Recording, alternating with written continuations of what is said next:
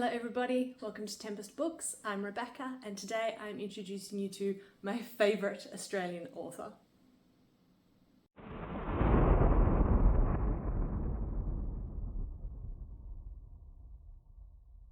Now, Greig Beck considers his books to be terror thrillers, and I definitely agree with the terror thriller bit, but it is also definitely adventure and military action and sci-fi. Man loves his aliens, I gotta say.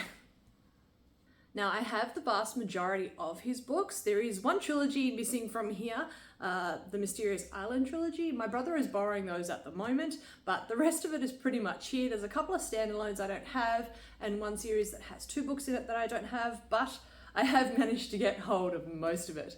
Now, a lot of the covers have recently been redone, and they look astounding, and I'm going to give you a brief overview of each of the book series from Greig Beck that I have.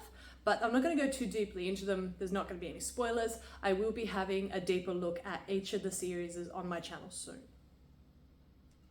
So first we'll take a quick look at the series that I don't have with me at the moment. This is the Mysterious Island trilogy, and this one takes us to the top of the world, and we have an awesome integration of like Viking mythology and Viking history and lore. And we're taken to a, cut off, not quite continent, but, area that we can only access every several thousand years or so with just the right set of climate conditions. We're chasing a mystery and we're finding sources of power and dragons and animals that used to survive but shouldn't now, and animals that evolved differently because they were cut off from the world. And quite a few people got to the end of the series and went, holy shit, now what? No, you have to write more. And in a Facebook post, Greig Beck goes, I'll probably write more. Second up, we have the 4 books that have been written for the Matt Kearns books. Now, we meet this character initially in one of the other series, so they're obviously very intrinsically linked series. Oh, hang on, and that one's number 1. No good at balancing. Now, I particularly like Matt Kearns as a main character because he's a very, very reluctant hero. Man just wants to, decipher his ancient languages and be an academic, and he gets stuck doing these adventure hero things. And that's really not what he wants to be doing, man. Matt Kearns is an archaeologist and paleolinguist and very reluctant adventurer, and we quite often follow some very death-defying stunts that poor old Matt gets himself into. There is often a lot of ancient mystery and history that are kind of weaved into Greig Beck's books, and that is definitely a particular favourite part of them for me. And how do you not look at those covers and go, dude, I want to read that, if only because the cover looks awesome, so hopefully the book inside will be so cool too. In the Kate Granger series, we head to the oceans, although not the ones you know. These oceans are not accessible by the world. Most of the world doesn't even know they're there. And these oceans have been cut off from the rest of the planet for a very long time. So what is in there is probably not something you want to spend much time with, unless you're Kate Granger.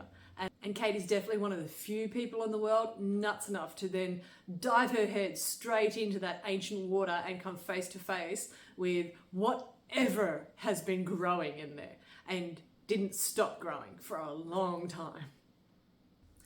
Now, our Centre of the Earth's trilogy is an epic retelling of a classic Jules Verne, and it is another set of his books that are rife with action and adventure and amazing creatures.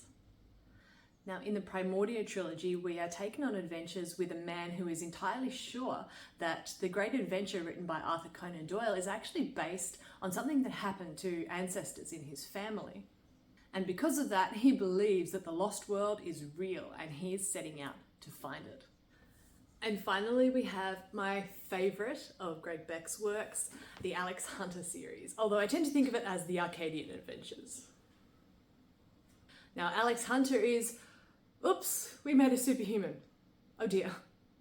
Following a mission gone bad, when poor old Alex was supposed to have just bitten the dust from his injuries, he is placed into a special military program that basically accidentally turned him into a superhuman. And so we follow Alex and his hawks. the Hot Zone All Forces Warfare Commandos. Now, the Hawks are above and beyond anything you've ever heard about in the military. These guys are more than the best of the best, and their leader, Alex Hunter, or the Arcadian, is the center point of our series. Now, we don't start off slow in this series. No, we start off battling the Kraken. Now, these are the newer covers of the Arcadian series, and they're awesome. And it's so nice to have a visual for what their suits actually look like, because they get a lot of cool description in the books, but it's still amazing to see them. Now, Greig Beck has actually had a mock-up of a statue done from one of the scenes in this first book. It looks like this, and to be honest, I would fight that Kraken for that statue. I would absolutely fight that Kraken for that statue. I would pummel that Kraken to within an inch of its stinky little life, and I would win, and I would go home with that statue.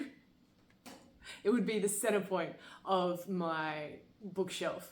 So that's it, guys. This has been introduction to my favorite Australian author. He is in my top 5 favorite authors of all time in general.